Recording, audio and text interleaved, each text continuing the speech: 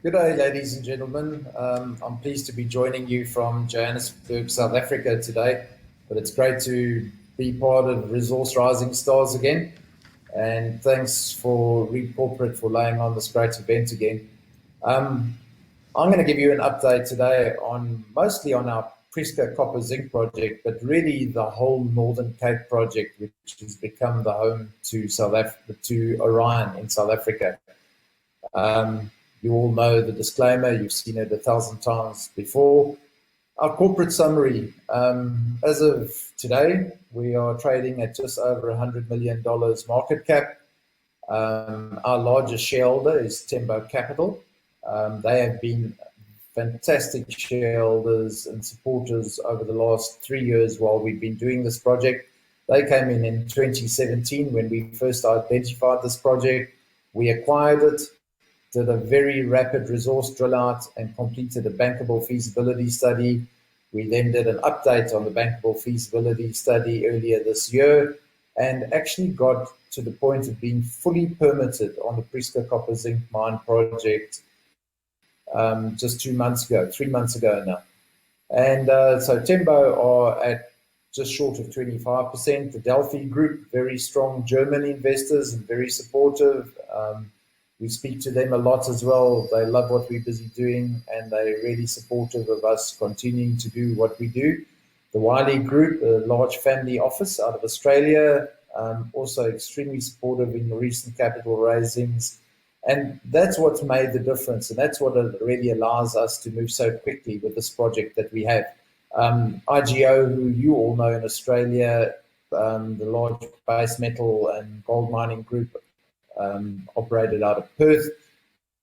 They are also, very importantly, our joint venture partners in the Fraser Range, where we still have a very significant land parcel and where IGO are just busy setting up to continue drilling in the new year.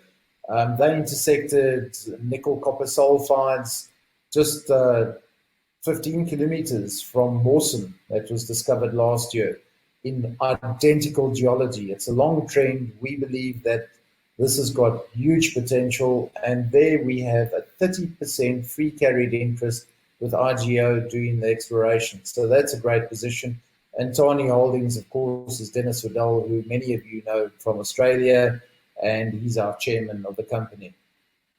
Now, we set out 5 years ago to focus on base metals, and in particular on copper and nickel, but also zinc. We really like zinc.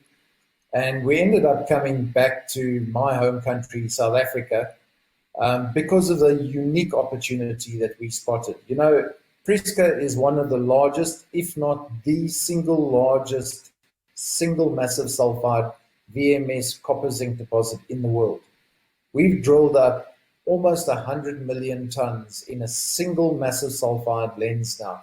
And that lens remains open in every dimension, along strike, up dip, in every direction, this ore body remains open. And we're still seeing a whole lot of satellite deposits within a 15-kilometer radius of that VMS deposit. So at a time when the world is desperately needing base metals and the battery metals and the new era metals, we are in the perfect situation. And even Anglo-American, who were founded in South Africa and had a rich mining and exploration history in the Northern Cape, and walked away from it in the 1980s because of the political situation in South Africa at the time. Not because the ore bodies were exhausted, because the political situation was too difficult. Even Mark Cutifani of Anglo-American is now making statements that they want to relook at base metals in South Africa and in fact in the Northern Cape, where they're still very largely operational with their iron ore mines. So what has Orion got? Our flagship project is the Prisca Copper Zinc project, Northern Cape. We've drilled just short of 31 million tons of resource there. We've drilled a 12 million ton BFS project, producing about 22,000 tons per annum of copper and 70,000 tons per annum of zinc. That's about 45 to 50,000 tons per annum of copper equivalent. And it's a low cost operation. It's fully permitted. This is one of the largest ready-to-build base metal projects ready to go in the world at the moment. And we are surrounded by huge opportunity. This is going to be a very modern 4IR mine with very strong ESG components to it. And of course, we're very pleased that we won the AMEG award last week for the emerging ESG leader for Australian companies operating in South Africa. That is how we're going to operate, and that's why we have been so successful operating in South Africa. So the Prieska project, as I said, a 22,000 ton per annum copper producer, 70,000 ton per annum zinc producer, a pre-tax free cash flow of 1.6 billion rand over the first 12 years of the mine life. Now remember, this ore body, we believe that we can see about 20 years of life ahead of ourselves. We've only done the bankable feasibility study on 12 years. But 4 years ago, when I first told you about this project, I told you that I could see more than 10 years of life, and that was before we had any resource. We've had more than a 90% success rate in all of our drilling. We know where this ore body is and we know its qualities. And the more we drill, the more we find, and the more we continue expanding it. And it's as prospective now as what it was 4 years ago. A pre-tax NPV of about 780 million Aussie dollars, an all-in sustaining margin of 47%. That's phenomenal. Very seldom in the world that you see projects at the moment that are ready to come on stream with a 47% operating margin and only a $413 million price tag to build this mine. When I speak about a low-cost operating mine, if we use the co-product basis, you know, Prieska is $1.60 a pound, a US dollar a pound producer on a co-product basis. But if you take a net of the zinc credits, the zinc actually almost plays for your copper production. And we actually produce at less than 45 cents, US cents a pound for our copper production.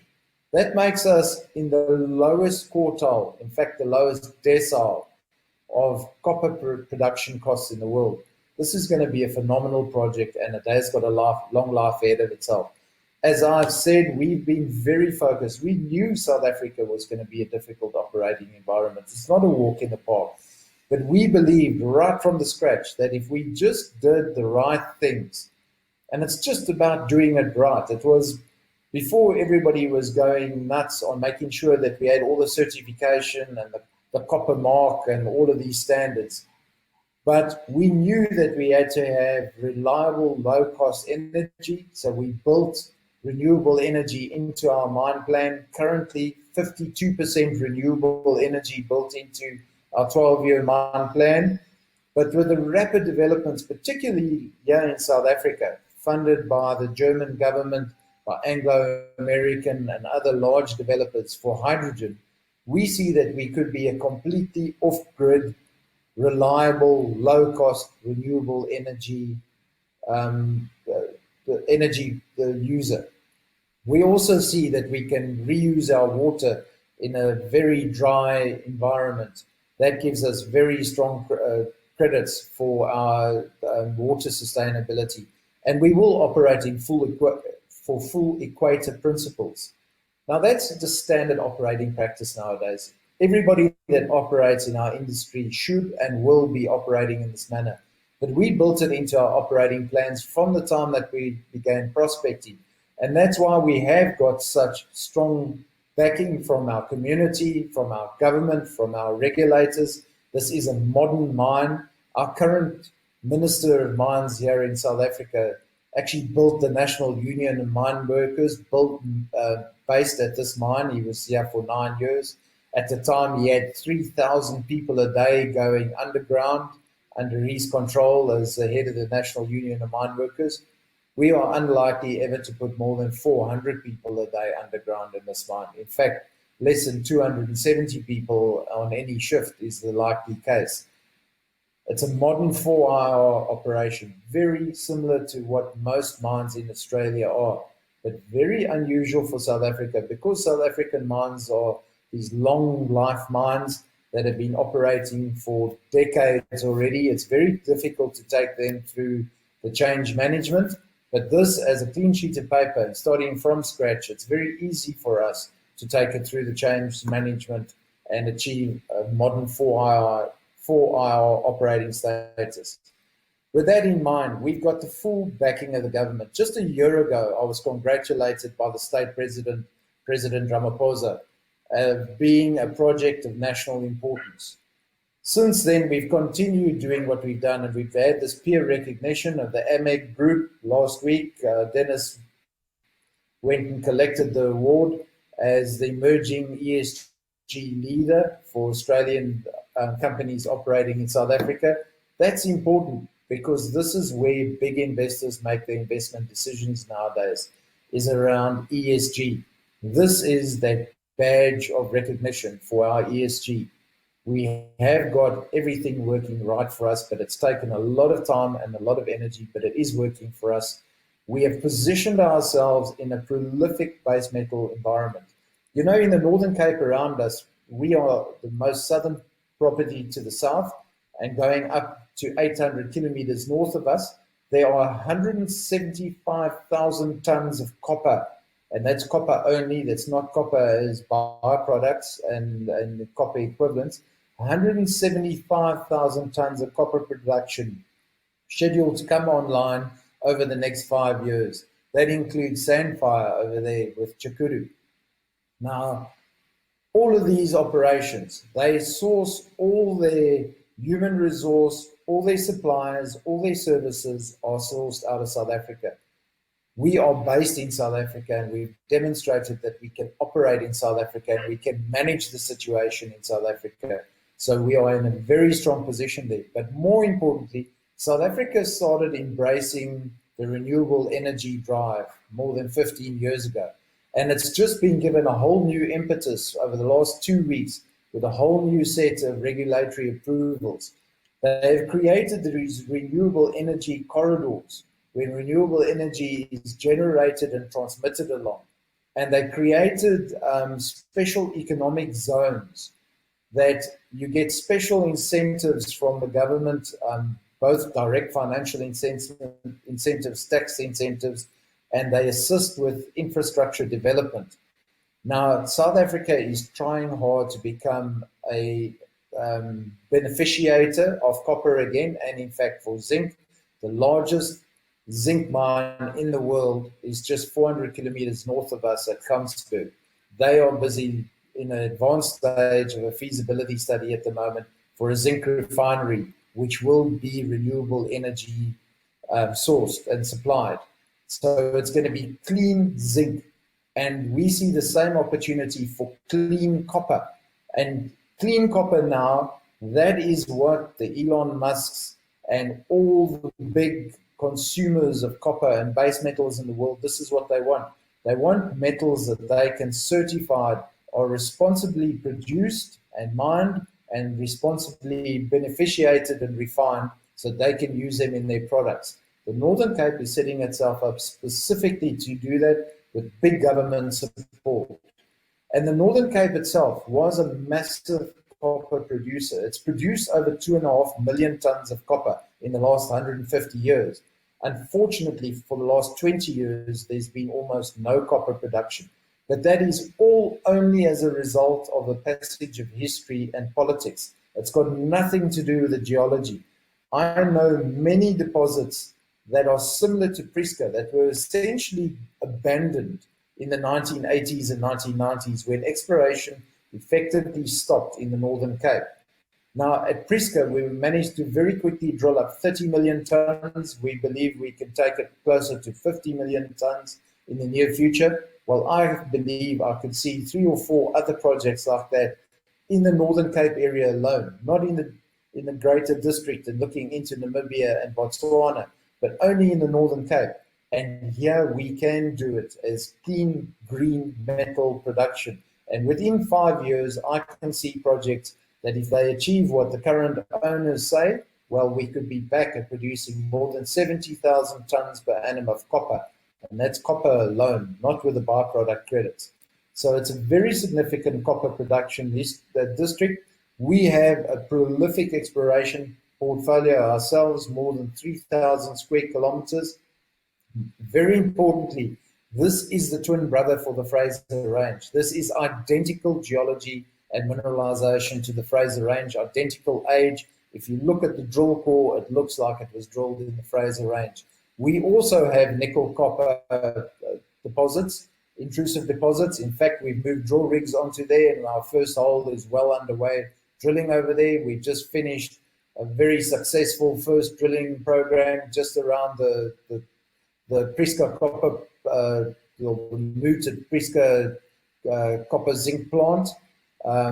We intersected exactly what we expected to intersect over there. So things are going really well, and we are positioned absolutely ideally in the right address. It's taken us 5 years to get to where we've come to, but we've arrived at just the perfect time. We have got the right suite of metals, we're in the right district, and we've demonstrated our credentials and our operating capacity in this regional district.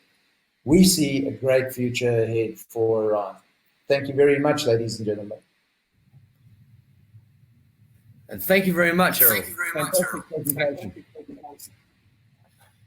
A couple of your shareholders obviously knew you were about to do this presentation, so they've sent us some questions in advance. You have touched on a couple of the issues that they raised, but I'll put them to you anyway, so that in case you might like to elaborate on a couple of the issues. One shareholder has asked, understandably, have you got any update for us on the strategic partnering process? Now, I know you touched on that, but is there anything more you can add to that, Errol? Yeah, look, obviously it's been a frustrating year. This whole COVID lockdown thing in different parts of the world and at different times has slowed everything down. It's frustrating for us, and it's frustrating for the potential strategic investors. You know, the South Africans are fine. They've been able to move around and travel to sites, and we've had a couple of parties travel to site and busy working on it. But we've had enormous interest out of China, and of course, all the noise about what's happened between China and the US, and now China and Australia for that matter. China is very concerned about security of supply. So the Chinese companies are very, very keen to come to sites and continue their due diligence work, but they can't physically travel at the moment and get to site. We expect that situation to be alleviated in the next couple of weeks. And we've got a number of people that we want to host. We've got some Australian parties that would like to travel out and see us. And obviously, they also in lockdown and can't travel out, and European parties. So lots of frustration. People are being able to do this desktop research. We're in discussions with a number of parties, but until people are able to go there and touch it and feel it, you know, there's going to be this continued frustration. So let's hope we can get it all wound up in the first quarter of next year. Thanks, Errol. Now, another shareholder has asked for an update on the drilling. Again, you did touch on that, Errol, but can you provide us with any more insights there? Yeah, look, we are just busy. Louw van Schalkwyk, our chief geologist, is just on site today and double checking a couple of things for us, and we'll be providing a market update in the next day or so. But I can tell you that we've intersected everything that we'd hoped to at Kilda. You know, we put out an announcement on the 20th of October on what we were targeting over there, and that drilling has gone exactly to plan, and we're all very pleased with what we're seeing. And in fact, the drill rigs have now moved up north. We really want to start accelerating the work on the Jacobmeinspan and nickel copper PGE project. Nickel is the next metal that is really set to take off. It's already moved ahead a long way on the pricing, but nickel is one of those battery metals that is really set to go, and we want to accelerate our Jacobmeinspan project now. So we've got a couple of very good targets that we're busy testing over there. And finally, Errol, do you see the US election result having any bearing on your financing process and also on the demand for the project's products ultimately? Yeah, look, I think the impact on our financing process is just because it's going to be indirect on the metal, through the metal price. You know, with Biden having announced that one of the first things he's going to do is re-enter the Paris Climate Accord. You know, the Climate Accord is all about the greening of the planet, electrification of the planet, renewable energy. All of those things are the thematic that is driving the metal prices at the moment. And I think you already saw the copper and zinc prices react on Monday immediately when the markets opened. Copper and zinc flew up. I think zinc was at an 18-month high. I think copper is at a also many tens of months since it's seen the prices that it's looking at, and nickel's on its way up. I think it all plays exactly into our theme, and it's a long-term theme. These small little fluctuations that we're seeing in the metal price, I think that's only tinkering on the margin. All of these new era metals are going to fly, and we are ideally situated in time and space. Errol, that's terrific. I think the technology has hung on just long enough for us there, so we might take the opportunity to end that. Thanks very much for taking time out of your schedule to join us. All the best. Thank you very much, guys.